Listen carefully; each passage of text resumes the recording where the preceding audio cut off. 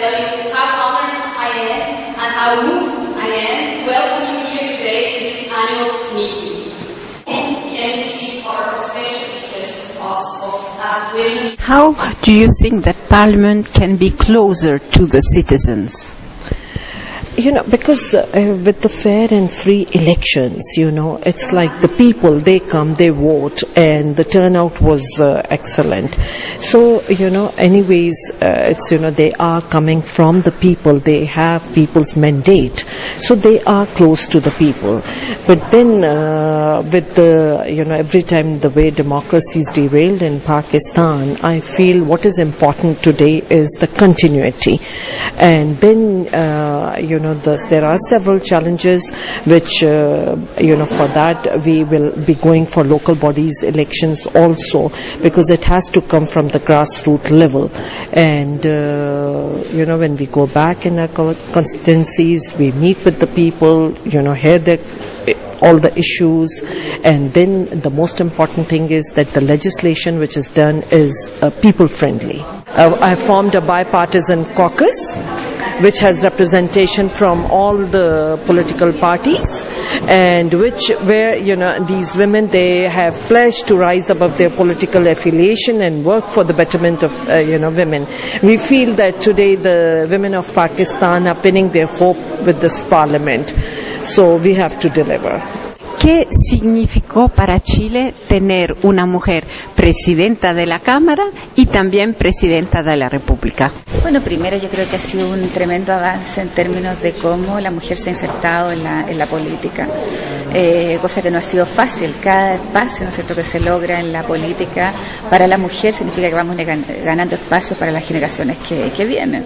Ahora, sin duda, la materia que hoy día estamos tratando, ¿no es cierto?, lo que dice relación con la salud materno-infantil, una de las cosas importantes que se hizo en el gobierno de la expresidenta Bachelet, precisamente un programa que se reconoció también en el hemiciclo hoy día, que es el programa Crece Contigo, que ha sido uno de los programas exitosos que ha tenido, ¿no es cierto?, y que tiene hoy día a través de una ley que se aprobó, pero también de un presupuesto, ¿no es cierto?, que sustenta esta política pública.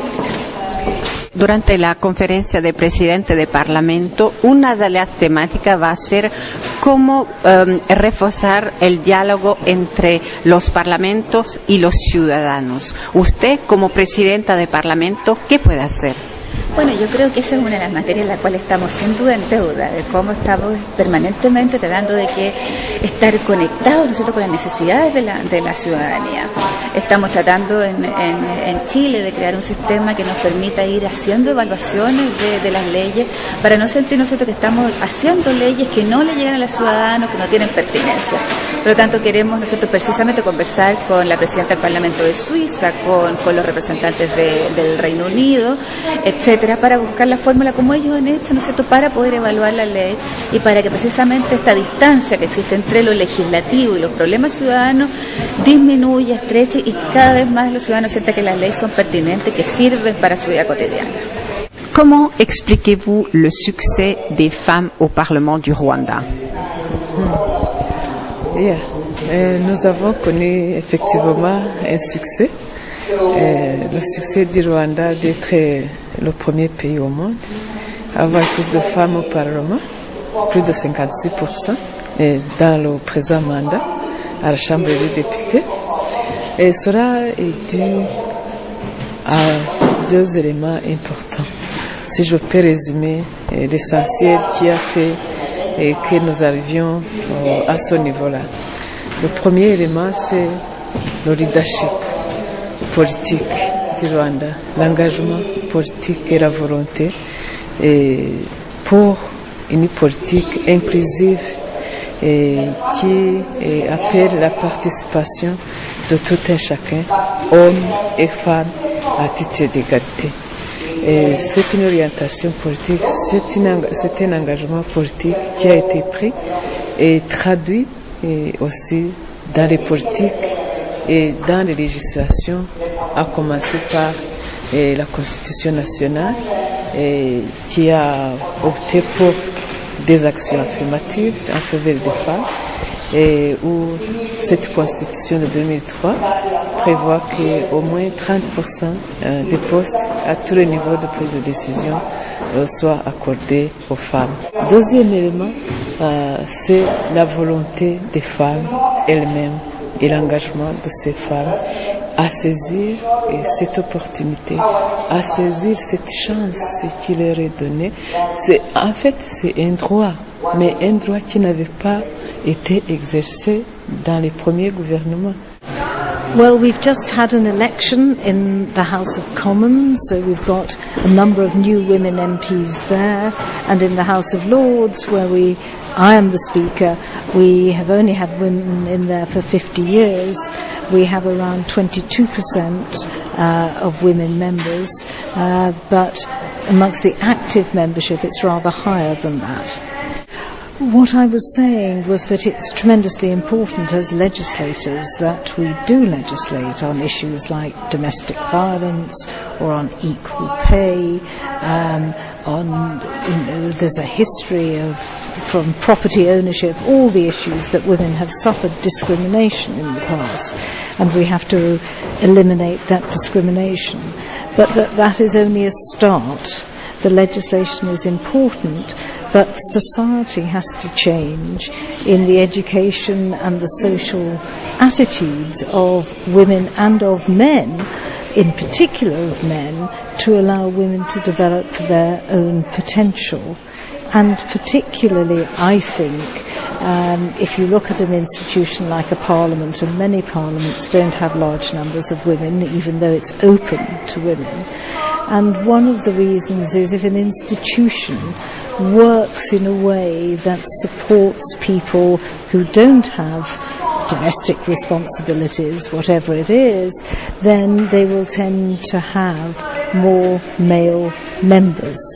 And so I think the challenges are for societies to change, institutions, employers, whatever they are, to recognise the differences amongst individuals and not to assume that any woman can be equal as long as she pretends she's a man.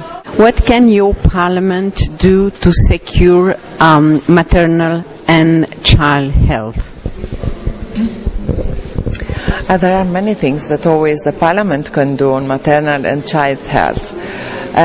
And I would like also to make an appreciation for these 6 conference of the speakers of the Parliament, women as the speakers of the Parliament, when one of the most important themes was the empowerment of women and also how to fight the violence, the domestic violence and the violence in general, which is a global phenomenon. It's not a country phenomenon. It doesn't depend from which is the age, which economic status you have, or which social status you have.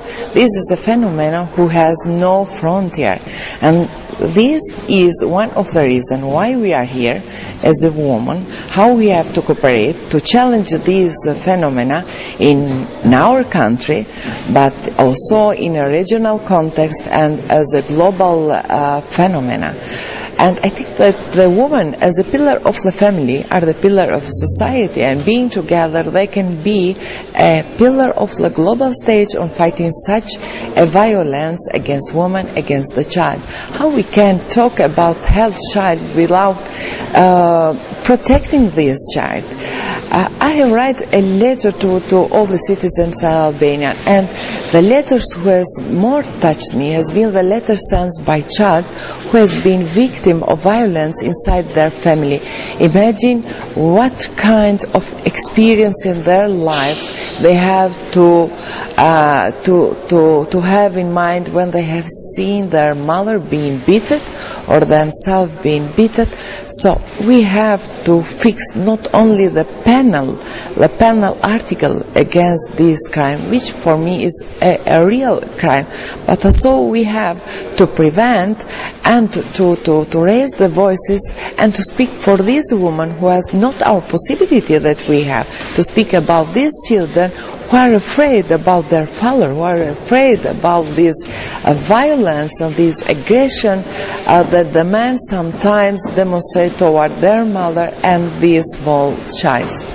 Usted como presidenta, ¿qué puede hacer para convencer a las mujeres de entrar en política y de, intentar presentarse a las elecciones? Sí, nosotros yo creo que lo que nos debemos un primer debate, y eso es una responsabilidad de hombres y mujeres, que lo que tenemos en discusión es el tema del poder. Y cuando se está discutiendo el poder, debemos los partidos políticos colocarlo en ese sentido sobre la mesa. Y después podremos ir legislando o buscando ámbitos para que la mujer tenga una mayor participación, pero queda demostrado que si no hay una voluntad política y que el debate en sí no es la codificación solamente y la igualdad de oportunidades, sino que discutamos que hombres y mujeres estamos detrás del poder. Y esos son los ámbitos de los cuales tienen que transformarse en espacios más democráticos, más equitativos y más igualitarios.